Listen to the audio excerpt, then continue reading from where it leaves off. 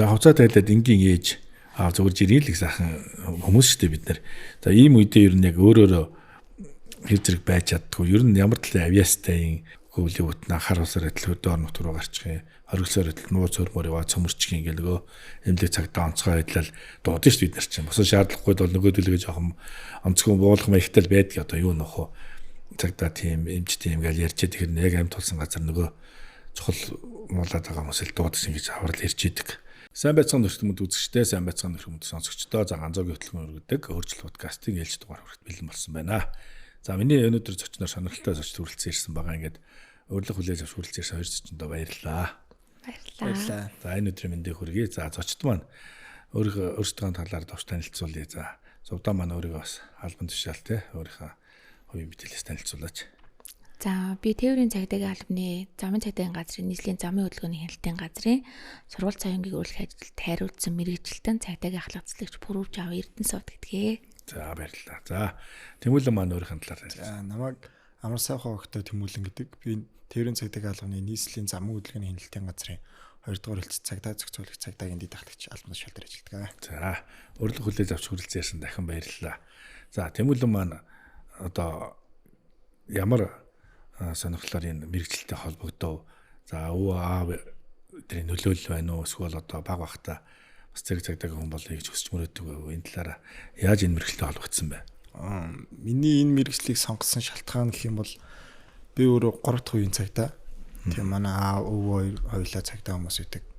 Ер нь намайг ухаан дарахын л зэрэг цагдаагаа хоцхаарал. Ер нь тэгээд иргэн бүрийн аюулгүй байдлыг хангах гэдэг чинь айгүй том үүрэг. Нэр төрийн баталгаа. Энэ албыг ерөн сонгож ирсэн.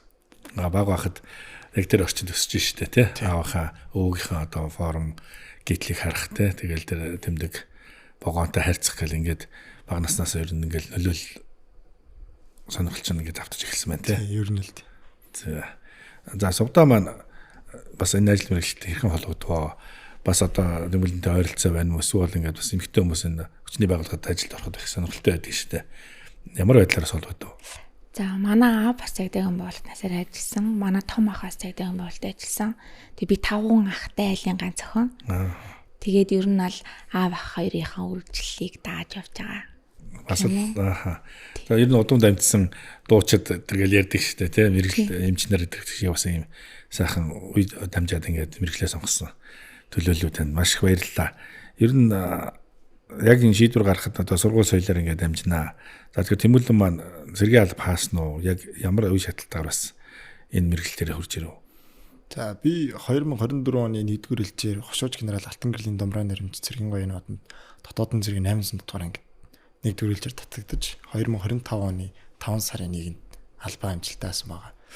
Тэгээд цэргийн албанд алба хааж хугацаанд бид цагдаа дотоодын цэргийн ахлагчийн курсэнд суугаад тэгээд ер нь бол цэргийн албанд байж хугацаанд ахлагч цолны ер нь бол сургалтандаа сууж байна гэсэн. Тэгээд цэргийн албанаас халагдаад ямар нэгэн ажлын байр хайхгүйгээр шууд цагдаауудын зэрэгт ахлагчийн бүрэлдэхүүнд орж ажиллах бүрэн боломжтой.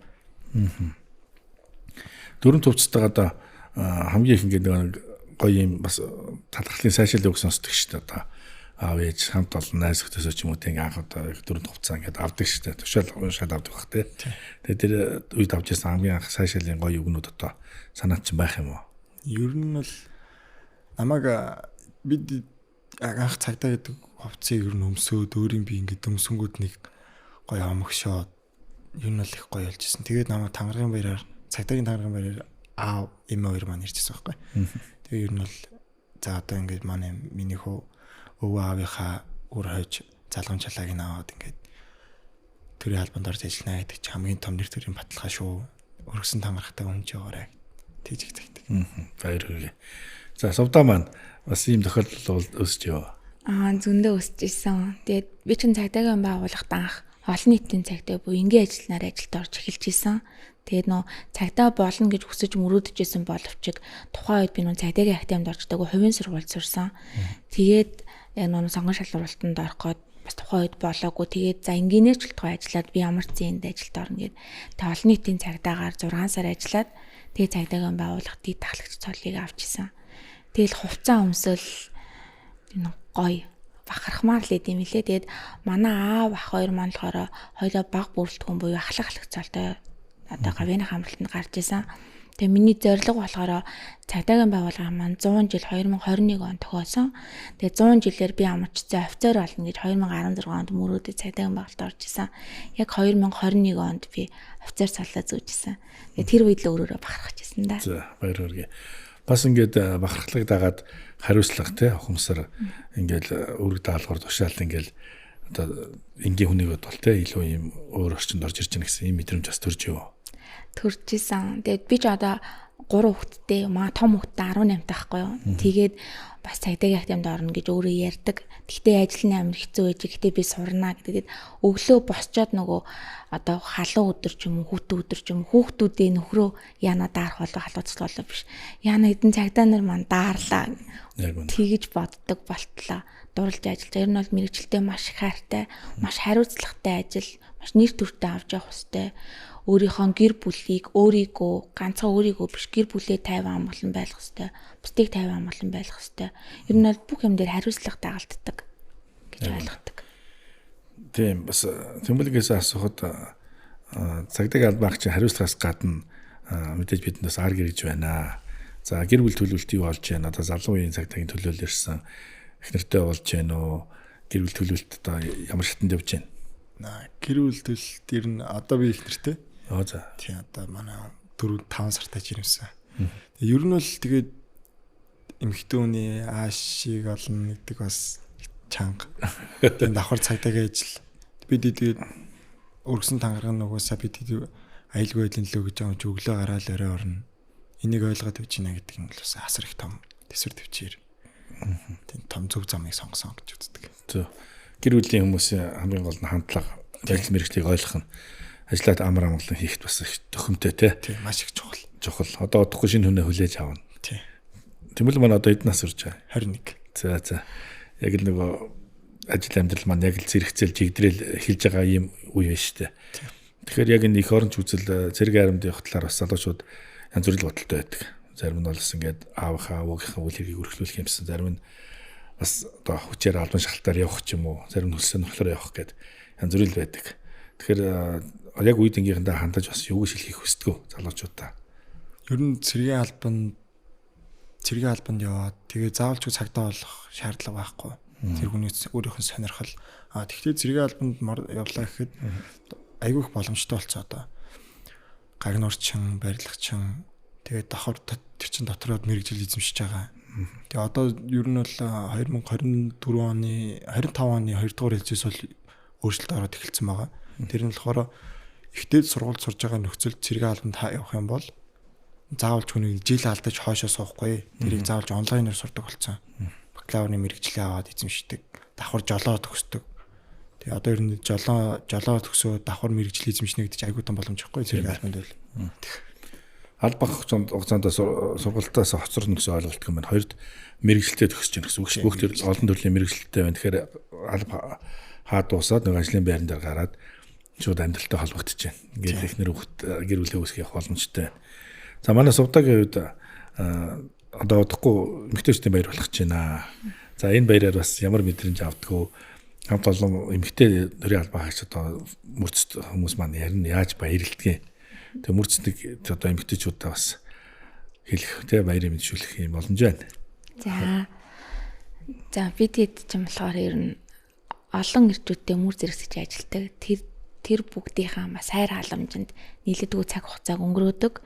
Тэгээ манай байгууллагт одоо мөр зэрэгтэж байгаа ажилтнуудаа дарга ахлах удирдлагын зүгээс бол мэдээж тодорхой хэмжээний баярын мэнд хүргэдэг. Тэгээд нийт одоо мөр зэрэгтэж ажиллаж байгаа мөрцтэй бүсгүүчүүдтэй нийт одоо Монголынхаа бүх эмэгтэйчүүдэд олон улсын эмэгтэйчүүдийн эрхийг хамгаалах өдрийн мэндийг хүргэе. Та бүхэн мандаа сайхан баярлаарай гэж хэлье да. Эмэгтэйчүүдийн баяраар нөөртөө юу гэлөө хүсдэг. Бас нэг баяраар нэг хүсдэг штэ тэ за нийлээсээ ч юм уу хамт олноосоо нэг юм сюрприз аваад тэр тийм нууцхан хүсэл байна уу? За ер нь бол одоо нөгөө яг ажил мэргэжилтэй холбоотойгоор тэр юм уу? Ер нь бол амгалан тайван байгаасай л гэж боддог. Ер нь бол бүх хүн амгалан байхад бидний ажил ачаал ихсэхгүй Тэгээ үр хүүхэд маань 50 байдаг. Ер нь л энэ ажил мэргэжил чинь өөрийгөө биш дандаа бусдыг би ял яг тэгдэг бусдыг л одоо бүх эмэгтэйчүүд маань сайхан 50 эрхээ идлээсэй л гэж боддог. Тэгэхээр яг өөрийнхөө хувийн зүгт бол нэг тийм аав юм аа гэсэн батлаж байдаг. Танд бас нэг давуу тал байна те. Мартин амнарыг баярлчих чинь. Бас зэргийн баяраар баярлчих ааш ирчүүдийн баяраар. Тий. Давуу тал байна шүү дээ. Тий. За Тэмүүлэн маань бас одоо албанд ороод хэдэн жил ажиллаж байгаа юм. Одоо эр зэргийн баяраар бас найз зөвхөн гэр бүлийнхний энэ баяр хүрэх уур амьсгал хандлага арай бас бусад хүмүүсүүд бол өөр бах те. Тэг ер нь өөр. Гэхдээ би одоо цагдаагийн байгууллагад ороод бол нэг 8 сар болж байгаа. Одоо 9 сар болох чинь. Ер нь эр зэргийн баярт бол эр хүнийл баяр. Ялангуяа одоо төрийн албанд ажиллаж байгаа бүх хэрэгтэйчд байгааг төсвөдөгчийн хил, цагдаа, онцгой, эмнэлэг энд ажиллаж байгаа бүх эрчүүдтэй эр зэргийн баярын мэнд өргөе гэж. Танай гэр бүлийн хүрээнд бол бас нэлээ өсөр болт юм шүү дээ. Тийм манад бол ер нь нэлээ өсөр баяр болт юм байна тий. Ер нь гэр бүлийн ажлыг ингээд ойлгоно гэдэг бол хамгийн чухал зүйл гэдэг түрүүн гурлаа ярьж байна. Түүнээс гадна мэдээж хамт олон найз зөвхөн харилцаа чухал. За тэгээд танай ажлын онцлог болохоор би бас нэлээ стресстэй болов гэж бодоод байдгийг. Олон зан чанарын тий олон хүмүүс замын хөдөлгөөнд оролцоод харилцаа үүснэ. Тэгээ энэ дээр ер нь ингээд хөгжилтэй та нарын ингээд өдөр тутам сонсогддог үг ер нь ямар үг байдгүй. Би зүгээр нэг зүйл уншиж яхад одоо би жишээлбэл дүрм зорчоо тантай ингээд хөдөлгөөнд оролцоо саатуулдаг дахид за би анх удаа ингэчлээ ч юм уу те анх удаа тэглээ гэсэн үг их сонсогддог. Ямар үг болцлон жолоосноос хэрэглэгдэж гардгийг та нар харилцаан дээр. Тийм ер нь бол яг анх удаа тэгээд яана өстө мэдсэнгүү тийм дугаар нэвдгүү өдөр байлаа гэтэл яана өстө мэдсэнгүү өнөөдөр өө нэрээ тэт хөдөрлөө гэд хүмүүсийн гаргаж байгаа хандлагыг өгөх гэдэг. Тийм бид ялч юу ингэ нэг талаа бариад торгоно гэж жирээд иж болохгүй хамгийн гол нь иргэнийхээ одоо тий гаргаж байгаа зан арын шин толгомж байгаа асуудлыг хүндэтгэх хэрэгтэй. Тэрэн дээр л уялдаа холбоотой ажил да. Тийм шүү дээ. Бас өргөл торгох цагдах биш те анхааруулах бас өөртөө сэрэмжлүүлэх за ингээд одоо хийсэн болчингүй үйлдэлүүдийн сануулгах те энэ талын дарамж ер нь цагдаагийн альж одоо хэв журам тээврийн цагдаагийн албаагчид бол иргэдийн тэр улс орны аюулгүй байдлыг хангаж өдөржингөө нойргүй ажиллаж байгаа болохоос дарамт үүсгээд хавчаа тэнд одоо торох гээд ингээд хөвлийн өвтөн халуун наран цосоод байхгүй шүү дээ. Тэгэхээр иргэдийн харилцаа хандлага сүүлийн үед бол одоо нийгэмд ямар шүү болсон байна цагдаа иргэдийн хандлага яаж ажиглагддаг вэ? Иргэд ер нь харилцааны хувьд аштайхан болж юу? Манай иргэд чинь ер нь нэг үе бодвол хууль эрх зүйн мэдлэг айгуу сайжирсан, хүнтэй харилцаа их сайжирсан. Энэ уялдаа холбоог сайжирсан. Иргэд аж ахуй нэгж байгууллагуудын хууль эрх зүйн мэдлэг дээр сургалт сурталчилгаа маш их сайжирсан. Манай цагдаагийн байгууллага ер нь гэмтэрэг зөрчлөөс урьдчилан сэргийлэх ажлаа маш сайн хийж байгаа. Тэгээд иргэдэд нөгөө тодорхой хэмжээний мэдээлэл өгч байгаа учраас иргэд маань тэрийг ер нь их биелүүлдэг. Тэгээ одоо нөгөө урд нь ол ингээл сүртэй энэ тиймш гэдэг байдал яана за баярлалаа нэр ийм алдаа гарах юм болж одоо эрсдлээс урьдчилан сэргийлж байгаа гэдгийг иргэд маш сайн ойлгодог болсон. Тэгэхээр ер нь бол үйл ажиллагаа явуулахад бол хүндрэлтэй зүйл ер нь гайгүй болж байгаа. Ер нь бол ойлголцож байгаа гэх юм уу? Яг уу мэдээж олон дунд сайн муу зөндөө юм байгаа. Тэгээ тэр болгоныг тангараг үргэсэн албаагч төвчээд хариуцлагатай л байх хэрэгтэй. Манайх бол цагдаагийн байгууллага маань албаагчдаа сургалт соёнгийн гэрүүлэх ажил гэж маш том арга хэмжээг явуулдаг. Төлөвлөгөө гаргаж төлөвлөгөөний дагуу ажлууд явагддаг. Тэгэхээр 7 хоног бүр албаагчдаа онлайнаар, танхимаар сургалтууд ордог. Тэгэхээр одоо ер нь бол маш сайн бэлтгэж байгаа л гэж бодож байгаа. Яг нь альва зүйл бас төгс бишээ. Ингээд сайтай муутай хүний амьдрал байлиг тэгээд явагдана. Энэ дээр иргэд гэсэндээ одоо янз бүрийн байдлаар хандж ил байдаг л.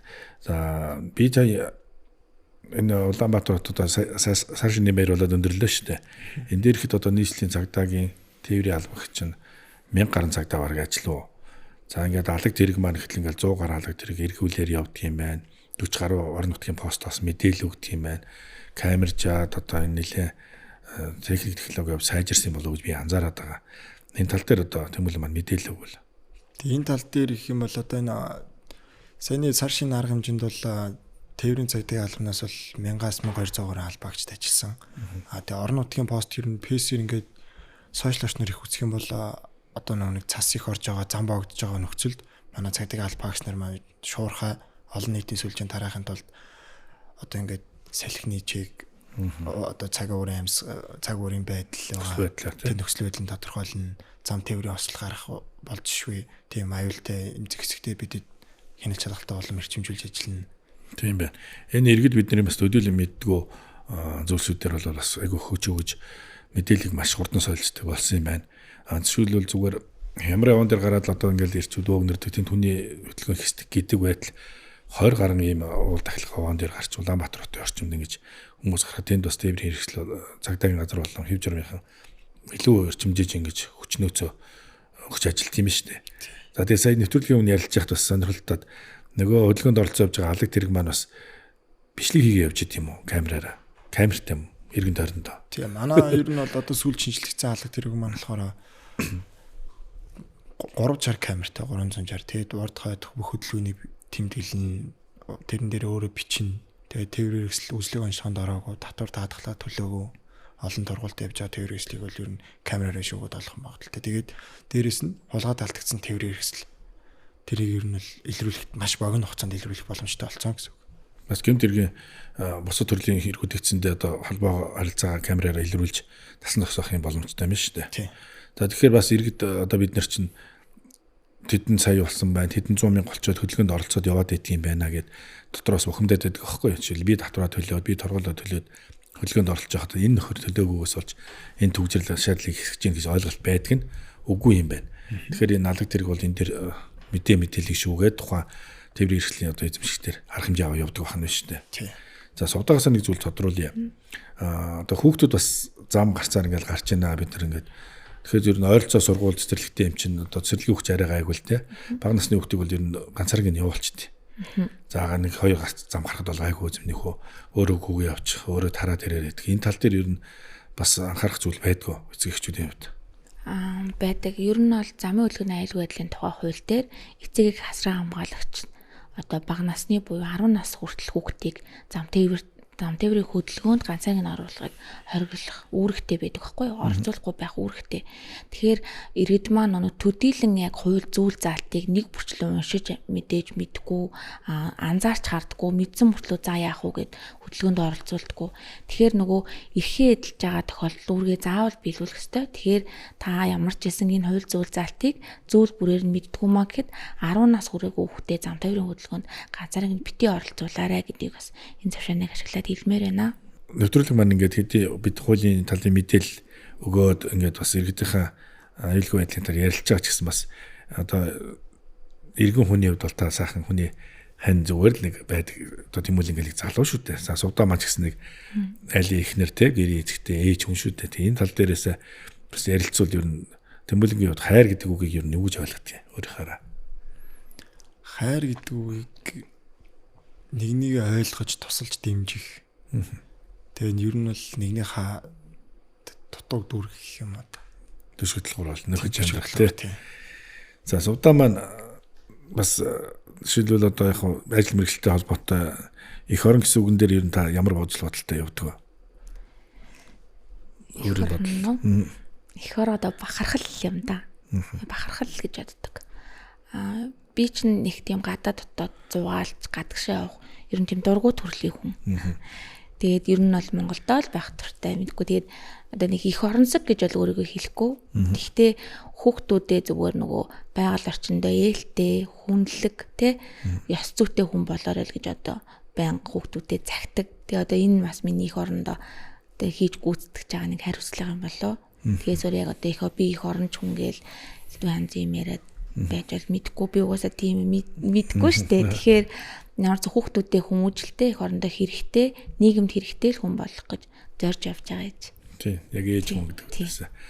За тэмүүлэн бандсандээ бас эр хүнийхээ хувьд бол яг л нэг гэрийн хоёр баган шигтэй төсөөлөхөөр бол нэг нөхөж ингэж ойлгож амьдарч байгаа нь чухал. Хоёр танд бас айдас гэсэн үг ер нь юг бодогдолдог вэ? Энэ би бас тээврийн хэрэгсэл болон цагдаа замууд ингэж холбоотой болохоор энэ үгээс бас хэрэглэгдэлтэй айдас гэсэн үг таны хувьд ямар бодлыг төрүүлж хийдэг вэ? Айдас гэдэг үг бол ер нь зам тээврийн ослоос учирч болдшгүй. Зам тээврийн ослыг ер нь хэлж ийна л гэсэн үг. Тий. Асар их тэр хүн эд хөрөнгөөрөө хохирно, эрүүл мэндээрээ хохирно. Тэгээ ер нь бол тэрэндээ л толгоорлдог та. За, сувдаа маань уучлал гэсэн үгэн дээр ер нь ямар бодолтой явдаг вэ?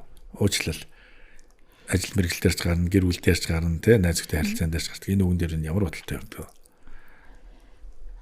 Би ер нь бол хүнийг их уучлах дуртай. Уучлал гэдэг чинь бол ер нь итгэл. Тэгээ би ч нэг 5 ахтай айлын ганцхан. Тэгээ ээж маань намайг ер нь эмэгтэй хүн бүх юмыг шийддэг байх хэвээр, уян хатан байх хэвээр, уучлдаг байх хэвээр, хайрладаг байх хэвээр гэж хүсгэсэн. Тэгэхээр ер нь бол уучлалсны дараа ер нь ингээд гоё тайвшраад гоё болчдаг. Тэгдэг шүү дээ, тий. Уучлж л ах хэвээр. Тий. За баярлалаа харьцсан та би бас ингээд сүүлийн үеийнтэй сошиал өгчөө захим гар утастай компьютерийг нэлээд ихчлээ шүү дээ. Амьдрал дотор ороод ирлээ бид нарт. Тэгэхээр тээврийн эрсдэл жолоодод одоо хөдөлгөөнд орж байгаа үед гар утсаа нэлээд оролдох юм аа манайхаа. За одоо би ч гэсэн юу нөх вэ? Хаяа тэр ингээд нас гэлэн дохой солигдох үед тэгээд уулын дөрөндөө бол мэдээд байгаа. Гараа оролцуулж байхгүй, хэрэглэхгүй тий зөвхөн одоо чихвчээр юм уу машины хэрэгслэр ингэж харьцнаа гэдэг.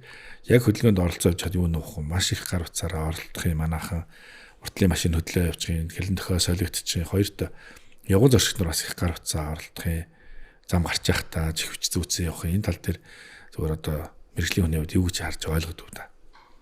Тэгээ ер нь бол утас гэдэг чинь зөрчлийн тухай хуулийн 14-ийн 7-гийн 22 гэж байдаг байхгүй юу? Тээврээс жолоож явах нөхцөлд утас оролтыг хариулна гэдэг. Тэрэн дээр жолооч тээврээс жолоож явах нөхцөлд утас оролтох юм бол анхаарал болгоомж 70% буурна гэсэн. Тэгээ бусдыг болон өөрийгөө хүндэтгэхгүй замын хөдөлгөөнд оролцож явахдаа игнээ гарц төгжих, игнээ бариа буруу солих, явган зорчигч зам тавьж өгөхгүй, урд дураагаар нь гарах. Энийх аюулгүй байдлыг биелүүлэхгүй байна л гэсэн. Тийм ээ. За ер нь ажилд мэргэжлийн онцлогоос болоод баяр ёслолоор төдийлө амарч чадахгүй та чинь гинт дуудагдана. Гинт одоо төгшөр авч байгаа зэрэгшгэлтэй. За ийшээгаа тийм давчаараа яв, ийшээ яваад хотын ийм дүрэгт очихоор боллоо. Тэгээд иймэрхүү бас гинтийн зүйлүүд бас их гарах амьдрал дээр эмэгтэй өнөөд энэ бас ямар санагддаг вэ? Ер нь бол нэг үе бодвол маань цагдаагийн байгууллагын бүтэц цогоон байгуулалт одоо хэрэгжүүлж байгаа үйл ажиллагаа маш эмгэгцтэй дараалттай болсон. Юуг одоо хуучных шиг шууд ингээл гэртээ байж идэл өдөржингөө дуудаддаг асуудал бол харьцангуй багасан. Мэдээж тангараг өргөж өөрөө хүлээж байгаа хүн бол ямар ч нөхцөлд бэлэн байх хэвээр. Тэгэхээр ер нь хариуцлагатай байх хэвээр гэдгийг би байнга хэлдэг. Тэгэхээр одоо би эмэгтэй албаагч юм чинь ийм юмд гармааргүй байна. Тэ ийм хамгаалтанд гармааргүй байна. Хүүхдээ хармаар байна гэдэг эмэгтэй албаагч бол маад байхгүй. Гэхдээ шаардлагатай тохиолдолд бол хийх ёстой ажлаа хийх л ёстой гэж адилхан тэгш их үүрэгтэй байгаа тий. Ямар нэгэн тээврийн хэрэгсэл одоо болцгүй аюул асуулт одоо манай цагдаа нар чинь засан шуурган машины түрээл явж байгаа юм. За ийшин зам жөлөөлөх өдргээл ингээл бүхэл зүйл дээр харагдаж байгаа юм.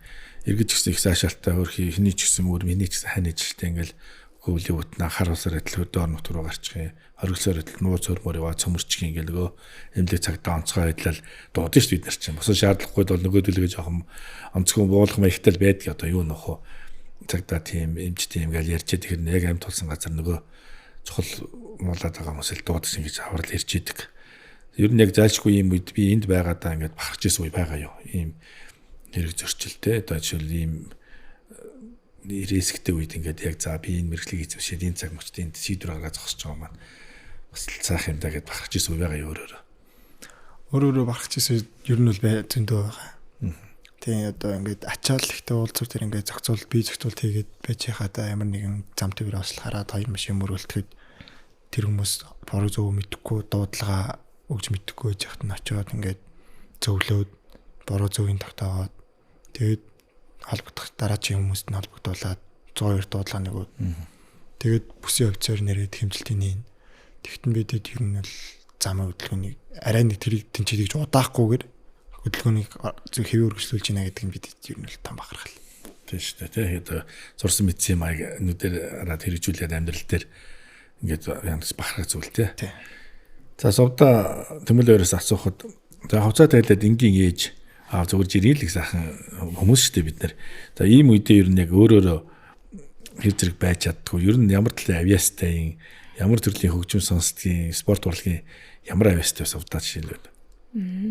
Би чинь эрхий боловсролын 35 дугаар сургуулийг төгссөн. Ер нь бол дуулдаг, бүжиглдэг. Манай үеийнхэн бол намайг одоо нэг дуучин болцсон байх гэж боддог гэсэн. Өмнө жил манай 10 жилийн 20 жилийн уулзалт боллоо.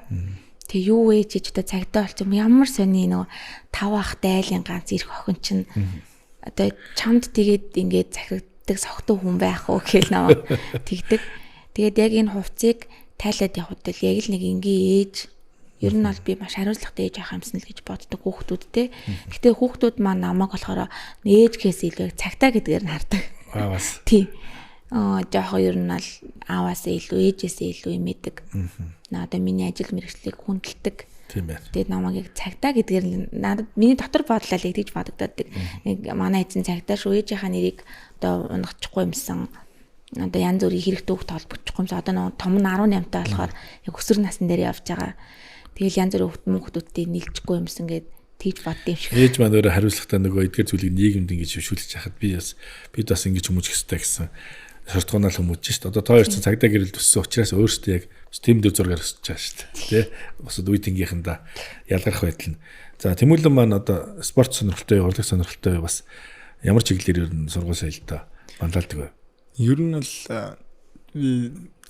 автоспорт тийм автодрифт спорт сонирхолтой. Тэгээд ер нь багасаа би хэлсэн шүү дээ айлын 3 дахь үеийн цагтаа тэгээд ингээд багасаа төрийн албан ингээ хүмүүс тамд өссөн. Би бүх зэргийн олимп буюу арми марш тагт дуртай. Марш тактик гэдэг юм. Ер нь гүйж харах. За экстрем нөхөрөх нь шүү дээ.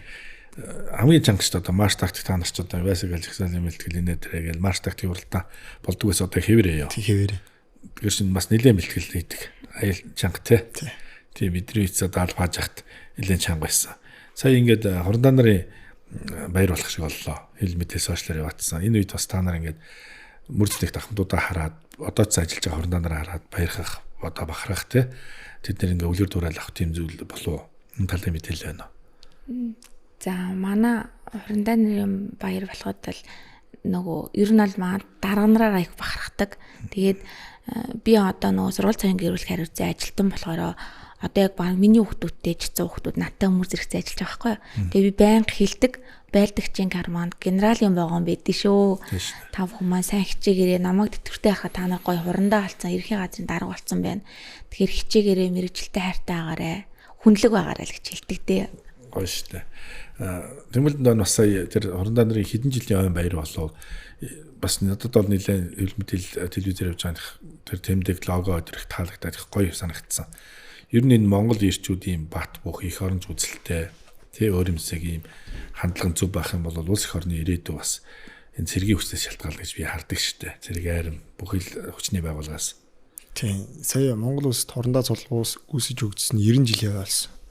Тийм. Ер нь одоо тээврийн цэгтийг албалтгүй ер нь төрийн байгууллагад ажиллаж байгаа бүх албаагчдын чиглүүлж явж байгаа одоо энэ ажлын чиг үүргийг ер нь бол дарга нар хурандаа нар л ер нь чиглүүлж байгаа даа. Тий. Зөв буруу. Дээр одоо юу гэдэг вэ? Цэргийн хүч жагсаалтаа юу гэдэг вэ? Нэг тийм гоё үг гэдэг байсан шүү дээ. Жагсаалын юу гэдэг вэ? Улстай л тийм гоё үг гэдэр байдаг байсан. Тэгээ ер нь одоо ингээд нийгэмд ажиллаж байхад одоо бас энэ залуучуудад хандаад за бас бусад энэ тээврийн иргэлийн жолоод хөдөлгөөнд оролцож шүү дээ. Эдгээр хүмүүст хандаад нэг хилчимсэн гэж бас залуу хүний хувьд бодож явдаг зүйл байна. Юу байна? Ягаад үл чи шинэхэн сонирхон 1 жил ч болоогүй шүү дээ албандаа ороод. Тэгэхээр бас улс их орны тээврийн хөгжил чиний нүдээр яаж харагдаж байна? Техник технологийн хөгжил хэр харагдаж байна? Цаашдаа энэ иргэд маань нэг юм байгаад албан хаагч нарын харилцаа хандлага юм байгаад бас энэ хэвлэл мэдээлэл болон технологийн хөгжилтэй хөл нийлүүлээд алхаасаа гэж залуу хүний хувьд одоо энэ шинэ юу орж ирж байна та үе залгаад ямар бодолтой явдаг вэ? Ер нь л одоо шинээр жолоочулж байгаа хүмүүстэй хандаж хэлэхэд бол зам үйлгнүүдээр нэг чанц ихэн биелүүлж за зохицуулагчийн дохиог гэрлэн дохио зохицуулагчийн дохиогоо сайн дагж мөрдөрөө л гэж хэлдэг. Үүнтэй холбогдвол асуухад одоо шил ногоон гэрэл асчаад байдаг. Миний ирэх нэвтрмээр яадаг болцоо. Нэвтрүүлдгээ таад бохомдож эхэлдэг. Ер нь юу нохоо. Тэгжээд дахиад 2 дахь ногоон гэрэл солигдно. Бүр хачин болно ш нь. Нөгөө нэг юмс маань басч ирээд ингээд. Та нар чинь пэв хатчих гэ сонсохгүй л дээ. Тэгээ харилцаад ороогүй хэрнээ ингээд цаанаасаа зугтлаг үсээд байдаг. Тэгээ яг би бол зүгээр өөрийгөө иргэн үнийг тайвшруулахдаа за энэ дээр ингэж хацаа үгсэж байгаа дараагийн зорчих миний 2 дахь 3 дахь гэрлэн дохионы одоо энэ зам суларч жоохон чөлөөлөгч байгаа болов гэж өөрийгөө тайвшруулдаг сүүлийн үед. Энд юу н ямар байдлаар ингээд зохицуулагч хийгээд ингэж удаан гацаагаад байна. Цагдаа хэрэг алга. Гэрлээрээ явуучвал бид одоо ингэж хурдан зохицоо явуулмаар байдаг гэдэг. Ихэнх тийм хандлагатай байдаг. Энэ тал дээр Одоо нэг хүмүүс зохицуулагч замын цагдаа байгаа уулзвар тэр ер нь бол байнгын төвжрэл болж байна. Зохиомл төвжрлийг үүсгдэг гэж ер нь хүмүүс их боддог. Тэгвэл бид болохоор тэнцээ зохицуулалт хийгээд аль ачаалтаа талыгаас сулж ийж дараагийн хөдөлгөөн орно гэсэн. Тэр нь бол бүгдийн эргэтгэгчл хуваарлах гэдэг байгаа байхгүй.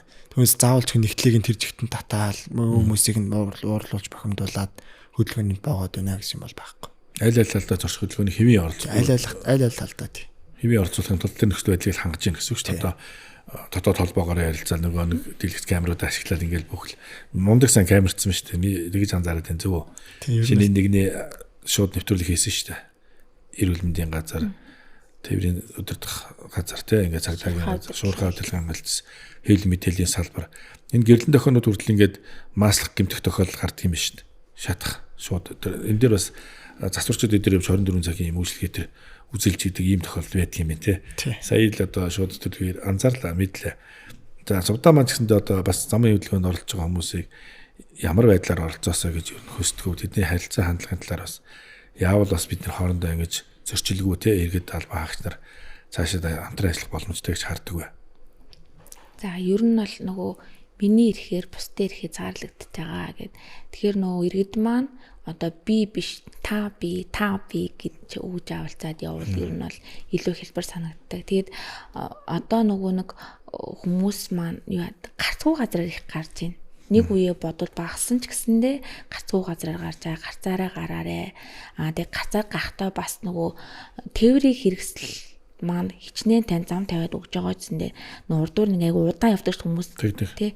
Тэгэхээр одоо нөгөө бусдад төвөг учруулахгүй өөрийнхөө эрүүл мэндийг бас бодоод хурдан шуурхаа гараад өгөөрэй л гэж хэлээ да. Аюулгүй байдлаа хангаад. Аюулгүй байдлаа. Одоо тэгтээ тэргүй би гэрлэр ингээд эрхээ хэлж гэсэн шиг маш удаан ингээд нэг аж уруу гардаг. За үнэхээр түрүүний ярьсанчлан утсан үсээ их оролдож гарах юм аа бол зам гарах хооронд тэрийг бол болчвол зүгээр л асуулыг санагдах юм.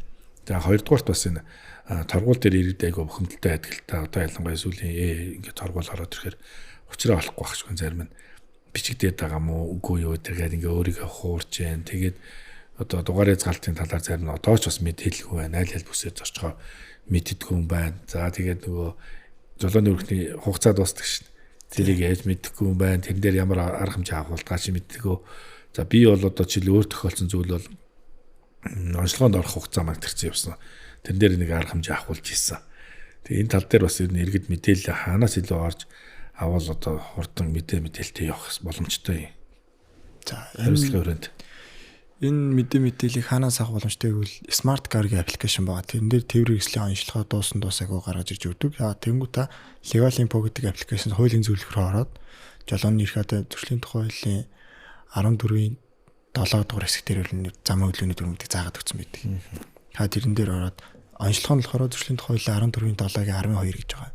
Тээврийн хэрэгсэл улсын үзлэгт ороогүй бүрэн бус тээврийн хэрэгслээр явдаг.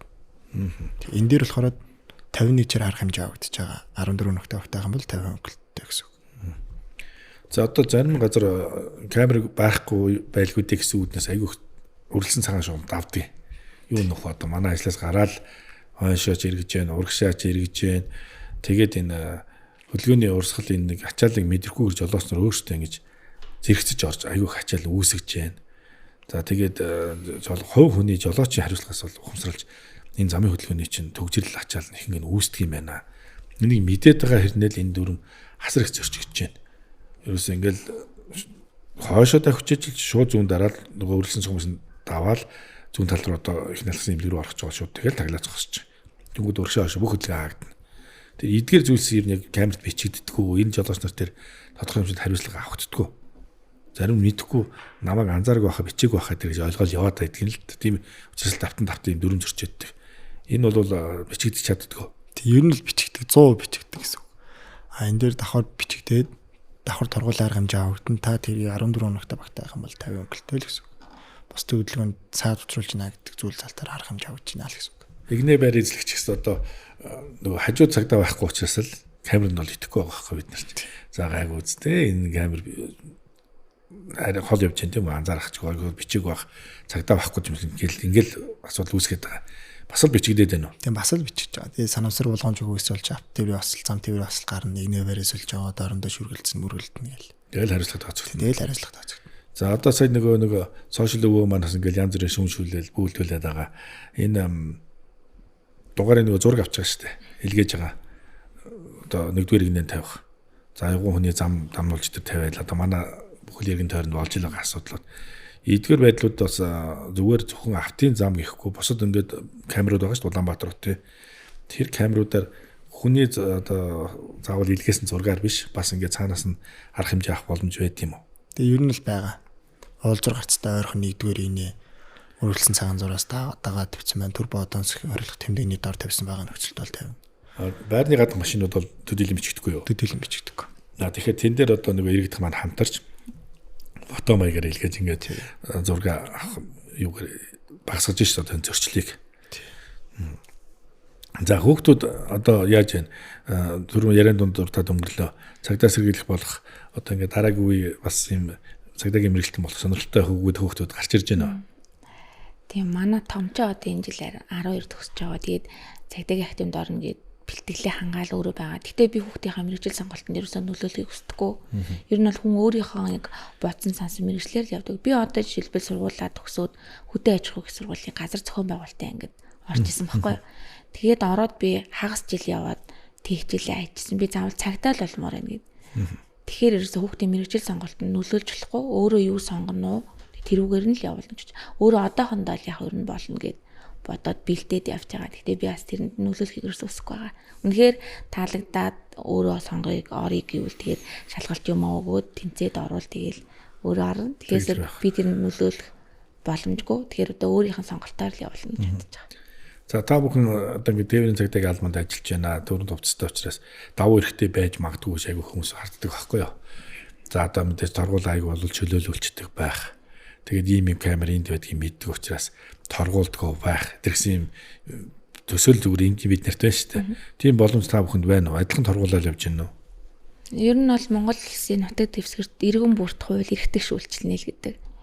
Би одоо AI камерын цагдаагийн албаагч одоо зөрөм зөрчиөд одоо зогсоолог гэхэд торгуулахгүй гэсэн үндэслэл байхгүй. Та хууль зөрчсөн л бол танд хууль яг эрхтэг шүүлтэлнэ л гэдэг. Тэгэхээр тийм би цагдаа юм чинь би тийм ер нь аль гэхдээ болж өгвөл өөрөө хариуцлагатай ахиглах хэрэгтэй. Тий. Хууль иргэн бүртгэх шигээд. Тий. Хууль иргэн бүртгэх шиг. Одоо Тэмүүлэнгийн хувьд ч гэсэн бас л иргэн хүн шүү дээ та. Ингийн хувцастай дээр хөдөлгөөнд оролцоод явна. Гэтэл ингээл гэрэлэн дохио хөдөлгөөнд дүүрэм зорчих тохиол гарна. Ялгаагүй хариуцлага үлдээгээл явж гин үү? Танилтал нөгөө ээлж мэд найз маяг руу ярих тохиол байна уу? Адилхан яг хариуцлага үлээн. Тийм. Ер нь бол адилхан хариуцлага үлээгээд камераараа торгуулаад. Одоо камерын дээр торгуулийн зүйл мөлийг харлах боломжгүй юм байл шүү дээ. Тийм. Ерөөсөө шууд ингээд нөгөө бүртгэгдээд бичигдээ явцдаг. Тэгэхээр тэрийг аргалаад өгөөж энийг танд хүн байна уу гэсэн ойлголт байхгүй болсон юм билээ. Тэгээ ер нь л одоо энэ цагдаагийн албанд залуу үеийнхэн их орж байгаа. Ер нь бол шинжлэгдэж байгаа. Энийгээ дагаад бид яг ухамсар суур хүмүүжлэж байгаа. Тэрнтэй адилхан уялдаа холбоотой бид бол ер нь дөрөв зөрчгөө өөртөө хууль сахилдаг хүмүүс болохоор тэгэл байх. Дөрөв зөрчгөө байхыг л хийдэг. За өнөөдөр урилга хүлээн авч хүрэлцэн ирсэн ойрхон сонирхолтой зочдтой баярлалаа. За мэдээж одоо дөрөв нэвтрүүлгийн дундуур дурдсан ч л одоо мөрцөд албаагч нар маань баяр болох гэж байна те. Тэгэхээр энтэй ч бас онцгой байдал цэргийн албаагч хэлийн цэрэг хийгээл дотоодын цэрэг маш олон хүмүүс одоо энэ улс орны аюулгүй байдлыг хангах. За тэгээд иргэдийн аюулгүй байдлыг хангах өдөр шөнөгүй нойр хослоо хагаслал та нар маань зүтгэж идэг. Тэгээд төрлийн урилгыг хүлээж авч хүрэлцэн ирсэн та бүхэнд баярлалаа. Өндөр сайхан цол хэрэгэмд хүрээрээ ажил амьдралд наад жаргал хамгийн сайн сайхныг хүсье. За мөн Тэмүүлэн маань бас албан агч аав ээжтэй найз охтой бас баярын мэнд төшүүлээд миний асууж амжаагүй бас бодож санддаг те. Нэг энэ талаар нэг нэвтрүүлэх юм уу нэг уулз дээрсгэнд оролцуул ярих юмсан гэж хүн бас бодож явдаг зүйл байдаг шүү дээ. Чи одоо сая ингэ нэвтрүүлэг хэлэх юм айгу анх удаа юмд орж байгаа болохоор их сонирн байна хэцүү байна сандраад шүү дээ. Тэгэхээр энэ чи одоо ингэ ярилцаад ирэхээр ингэ бас нэг стахан болчихж байгаа зү юм. Нэг сандрал тавигдаад тэр бас өөрөө хүсэж мөрөөдөж бас улс орн маань цаашдаа нэг зам тээврийн энэ байдал өгччихээсэ тэгээд удахгүй баяраа хийж байгаа нэрчүүдтэй эмгтээчүүдтэй бас андаа өөрийнхөө бод санддаг зүйлээ хэлвэл. За жолооч нар маань замын хөдөлгөөнүүдийг нэг чанс ихэнх биелүүлж аюулгүй байдлаа хангаад юм тээврийн хэрэгсэл дээр хот хөдөлгөөнд оролцоорой л гэж уриалъя. хамт мөр зэрэгцээ ажиллаж байгаа манай онжавууд байгаа, ах нар байгаа, дүүнэр байгаа. Тэр хэдтэй удахгүй болох эр зэргийн баярын мэндийг хүргэе. Аавда, ахта. Ер нь баярын мэнд хүргэе яа л гэж хэлээ. За. Сувдаа маань ч гэсэн эмэгтэй албан агсаар цагдаагийн албанд бол төдийлөн их биш ээ. Би бас тэгж боддог. За цэгийн алба ч гэсэндээ ер нь те нөгөө хүн дүүчээр ингээл араа бартууг загсаал нэгдэн гэл ингээр чинь эмэгтэй хүмүүсүүд бол яг энэ хүчний байгууллагыг сонгоход бас төдийлөн их биш. Гэхдээ энэ байгууллага ингээд сонгоод ингээд үе дамжаад ажиллаж байгаа тань дахин бас баяр хүргэе. Тэгээд бас хайртай хүмүүстэй хамт олондоо за ирээдүйд бас энэ мэргэжлийг сонгож байгаа охтууд хөвгүүд байгаа те тэд нар тандаж бас аль тал дээр анхаарч өөрийгөө хөгжүүлж ивэл бас энэ мэргэжил рүү ороход төхөн байдгийн юун дээр анхаарах уу энэ талаар бас хэлвэл. За маань цагдаагийн байгууллага маань эмэгтэй албаагч авахдаа метр 65-аас дээш өндөртэй, дээд боловсролтой архив эрхийн газрын сургалтанд суусан байхыг шаарддаг. Эрэгтэй албаагч болохоор метр 70-аас дээш өндөртэй, зэргийн алба паасан ихтэй зургуул төгссөн байхад ерхий болцоо шалгуурыг хангаж байна гэж үздэг. Тэгээд сонгон шалгуулалтанд ороод тэгээд тэнцгийн бол та цагдаагийн байгууллагад орж ажиллах нээлттэй. Тэгэхээр одоо нөгөө хүүхд толгон багтаа эрэгтэй хүүхд толгонд смата цагдаа гэж боддог тий. Тэгэхээр одоо та бүхэн маань хамгийн түрүүнд хариуцлагатай байгаараа би биелтраа хөгжүүлээрээ тэгээ хүнлэг байгаараа тэгээ манай албанд орж ажиллаарай л гэж төврөлээ да. Тийм шүү дээ. Маш сайхан алба. Үнэхээр бахархалтай. За би ч гэсэн бас мөн хүүхд байхдаа цагдаа олё гэж хүсмөрөддөг байлаа. Тэгээ 10 дугаар ангиад төгсөөд би цагдаагийн ихтэй конкурс өгчихсэн. Окей, айгүй сайхан бүх юмараа тэнцэл нуруугаар хасагдчихлаа. Хүний хүсэл мөрөөдөл их сонио. Тэгээ цагдаа нарт бол мэдээж хүмүүс янз бүрийн хандлагаар хандж л байдаг сайнтай тийм намайг хамгаалдаг амнаас гэрүүл аюулгүй байдал маань хангадаг гэдэг бол биш. Нөгөө талдаа зарим үед гомдох тийм ингээд бас уучлах үеийг харж байдаг.